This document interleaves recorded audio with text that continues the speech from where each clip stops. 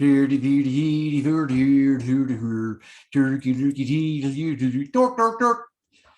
there, this is the Swedish Chef and happy Thanksgiving to you.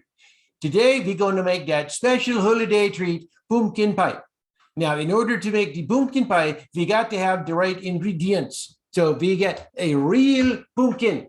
We'll show you that in a minute.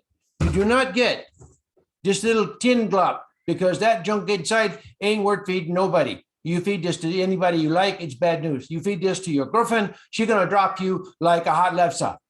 So instead, we're going to have the real pumpkin. It looked like this on top. It looked like this on the bottom. We're going to go to a farmer or maybe at the grocery store. They're going to have some maybe, okay, if they're not gone already. So we take a real pumpkin. Now this is going to hurt. We got to kill the pumpkin and cut it up in little pieces, okay, in order to cook it. So we're going to put the pumpkin down. And if you got squeamishness or a soft heart or any of that stuff, don't watch, okay? We take a really sharp knife. We got to use a knife because you use all the letters of the word knife. You don't call it a knife. That's American. We're going to use a really sharp knife and we're going to go like this and don't look now.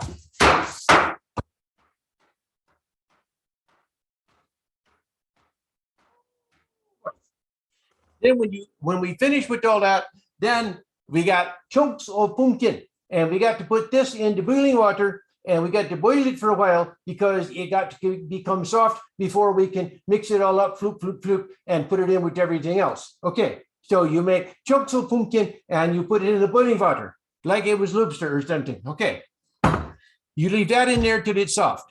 Then we got to have mojos. We got to have the cackleberries.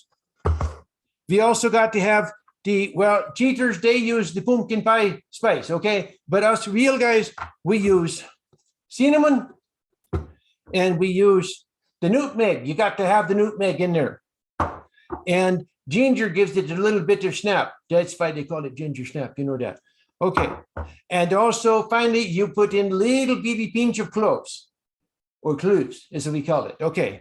So we get all that together and we get a bunch of sugar and we put that in a bowl and we get it all together and we mix it up and we go floop, floop, floop, floop, floop until it's all nice and smooth. And then we pour it into the pie pan.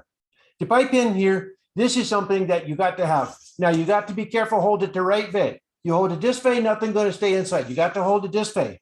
And you pour all the stuff in there that you made. Okay? Then we throw it in the oven and we leave it in the oven for a while. And then once we have it in the oven for a while, then we take it out and it looks, oy vey. I'm the Jewish Swedish chef. I didn't say oofta, I said oy vey. So it looked kind of like this. And you know what that means?